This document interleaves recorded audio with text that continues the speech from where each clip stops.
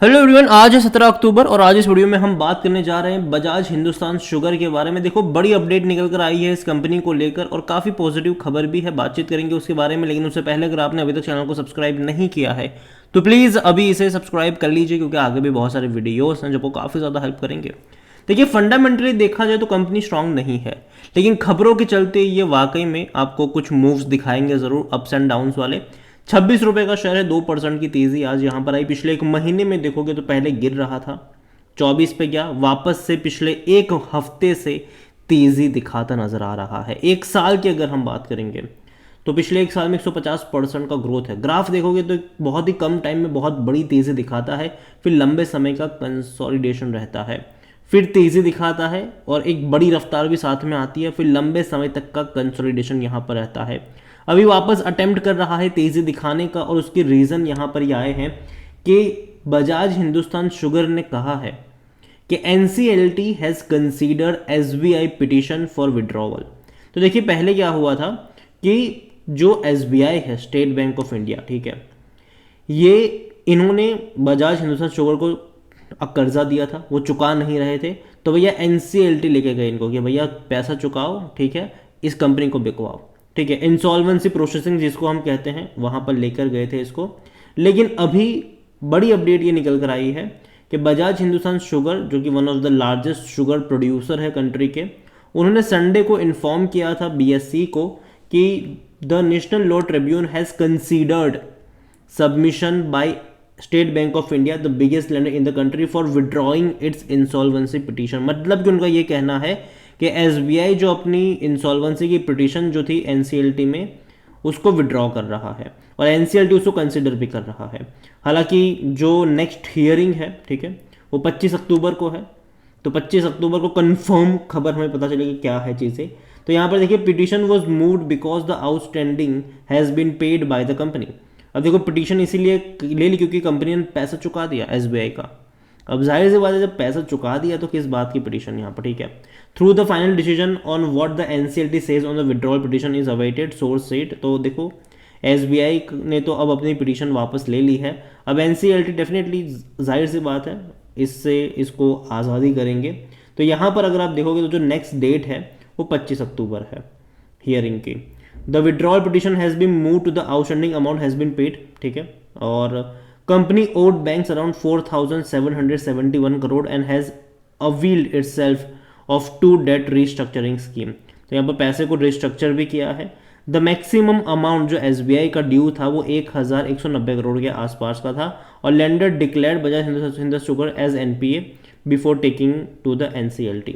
तो यहाँ पर देखो तो एसबीआई ने ऑलरेडी इनको एनसीएलटी में ले जाने से पहले उनका जो डेट था उसको ऑलरेडी उन्होंने, कहते ना कि वहाँ पर एज ए एनपीए घोषित भी कर दिया था। यहाँ पर कंपनी की अगर हम बात करें यहाँ पर तो 14 फैक्ट्रीज हैं इनकी, जो कि सबसे बड़ी उत्तर प्रदेश में है। और शुगर कैन अगर हम बात करें तो इंडस्ट्री सोर्स से they almost 6 lakh sugar cans यहाँ पर है, तो बड़ी बात है। लेकिन हाँ, अभी भी बीच में जो इनके खिलाफ एलिगेशंस लगे थे वो यही थे कि बैंकों का पैसा चुकाया नहीं, इसके अलावा जो गन्ना किसान है उनको भी भुगतान नहीं किया था। वैसे भी एलिगेशंस थे इनके ऊपर। वॉल्यूम भी काफ़ी बड़ी क्वांटिटी में देखने को मिले, 2 करोड़ से भी ज़्यादा की क्वांटिटी में शेयर यहाँ पर ट्रेड होते नजर आ रहे हैं। इतना ही नहीं, according to Moneycontrol user 80% लोग कह रहे खरीदारी को, जबकि 20% लोग कह रहे बेचो और भाग जाओ।